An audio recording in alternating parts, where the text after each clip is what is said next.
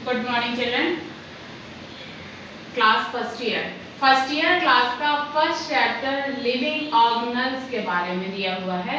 मैंने आपको living organelles के बारे में, लिविंग थिंग्स के बारे में, लिविंग्स में क्या क्या उसकी पर्सनालिटीज होती हैं, किस तरीके से वो डेवलप करता है, किस तरीके से उसमें अपने ही जैसे जीवों को जन्म देने की प्रवृत्ति होती है, ये सारी चीज़ें मैंने अपने वीडियो के फर्स्ट पार्ट में शेयर की हैं। उसके बाद सेकंड पार्ट में मैंने आपको नामकरण के बारे में बताया है, वर्गीकरण के बारे में बताया है, और आज हम आपको फर्स्ट चैप्टर का थर्ड पार्ट और लास्ट पार्ट आपके सामने लेकर के आए हुए हैं, जिसमें जो चीज़ें मेरे पास बची हुई हैं, आपको मैंने नहीं समझाई हुई हैं, वो चीज़ें हम आज आपको समझा रहे हैं। जिसमें से नामकरण के बाद दूसरा नाम आता है द्विनाम पद्धति का। द्विनाम पद्धति मतलब सबसे पहले द्विनाम पद्धति को कैरोलस लिनियस लेकर आए। द्विनाम पद्धति से आशय है दो नाम।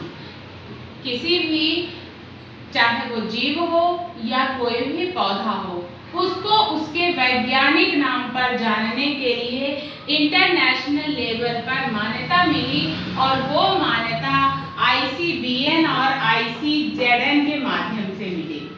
किसी भी पौधे का वैज्ञानिक नाम international code of botanical nomenclature के अंतर्गत रखा गया, जो कि ICBN का फुल फॉर्म है, और ICZN का फुल फॉर्म है international code of zoological nomenclature, जिसके अंतर्गत किसी भी जीव का वैज्ञानिक नाम रखा गया। मतलब ये दोनों शॉर्ट फॉर्म है, और इन दोनों के अंतर्गत ही प्लांट्स का और एनिमल्स का नाम रखा गया। द्विनाम पद्धति को सबसे पहले कैरोलस लिनियस लेकर आए।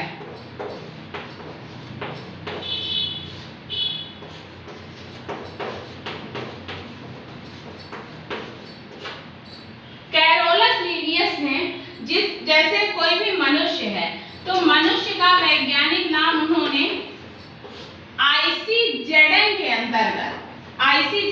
अंतर्गत होमो सेपियंस रखा। होमो सेपियंस बताया, जिसमें होमो क्या है? वंश है।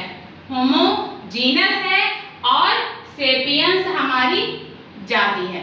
होमो सेपियंस, सेपियंस हमारी जाति है और होमो वंश का नाम है। तो जो जीनस होता है वो पहले आता है और स्पीशीज बाद में आती है, जबकि स्पीशीज हमारे वर्गीकरण की सबसे छोटी इकाई है।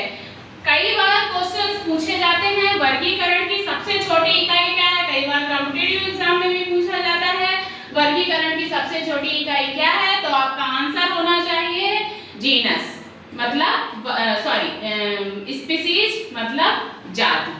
और हम इसके अगली कड़ी में चलते हैं। हम देखते हैं जैसे आम है, आम का वैज्ञानिक नाम है मैंजीफेरा इंडिका।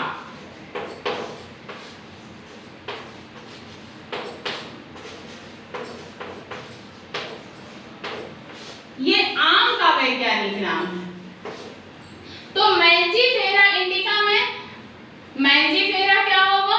मैंजीफेरा इसका आम का वंश है, मतलब जीनस है, और इंडिका उसकी जाति है, मतलब स्पीशीज है। इस प्रकार से द्विनाम पद्धति मतलब दो नाम की पद्धति, दो नाम की जब प्रोसेस तैयार हुई, उसे द्विनाम पद्धति के नाम से जाना जाने लगा, और इसे सबसे पहले कैरोलस लिनियस लेकर के आए। और इसी तरीके से इसमें सभी प्रकार के जीवों, कीड़े मकोड़ों और पौधों का नाम रखा गया। इसके बाद हम और आगे चलते हैं। हम देखते हैं इसमें बचा हुआ था टैक्सॉन। टैक्सॉन क्या है? टैक्सॉन किसी भी स्तर का वर्गीय समूह होता है, मतलब किस जीव को किस स्तर में हम रखते हैं, ये उसका वर्गीय समूह होता है। टैक्सॉन से मतलब है वर्गीय समूह। Taxon is a taxonomic group of any rank, मतलब किसी भी जीव को उसके समूह में रखना, उसके समूह में व्यवस्थित करना टैक्सॉन कहलाता है। जैसे मक्का है, बाजरा है, जई है, बहुत सारे अनाज और फसलों के ऐसे पौधे हैं जिनको उनके समूह में, उनके ग्रुप में रखा जाता है। अर्थात किसी भी पौधे को उसके ग्रुप में रखने की प्रक्रिया को टैक्सॉन कहते हैं। अब इसमें शेष बचा हुआ है हमारे पास संग्रहालय, म्यूजियम। तो म्यूजियम क्या है?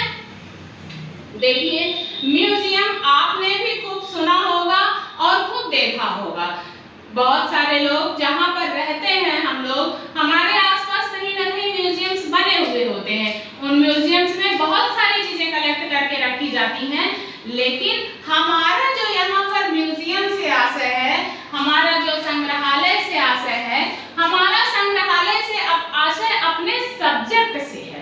सब्जेक्ट से मतलब कि संग्रहालय में जो हमारे स्कूल्स में, जो हमारे कॉलेजेस में संग्रहालय होते हैं, म्यूजियम होते हैं, उसमें एनिमल्स को और प्लांट्स को कलेक्ट करके रखा जाता है, उन्हें सुखा कर रखा जाता है, या फिर जो एनिमल्स होते हैं उनको सुखा करके फॉर्मेलिन के लिक्विड में किसी जार में बंद करके सुरक्षित रखा जाता है, जिसके बारे में हम लोग अध्ययन करते हैं। और हम कभी भी उस म्यूजियम में जाकर के उस जीव के बारे में अध्ययन कर सकते हैं, जानकारी प्राप्त कर सकते हैं और अपने आंखों के सामने उस जीव को देख पाते हैं। इस तरीके से म्यूजियम को हम बता सकते हैं कि म्यूजियम हमारे स्कूल और कॉलेज के आसपास होते हैं।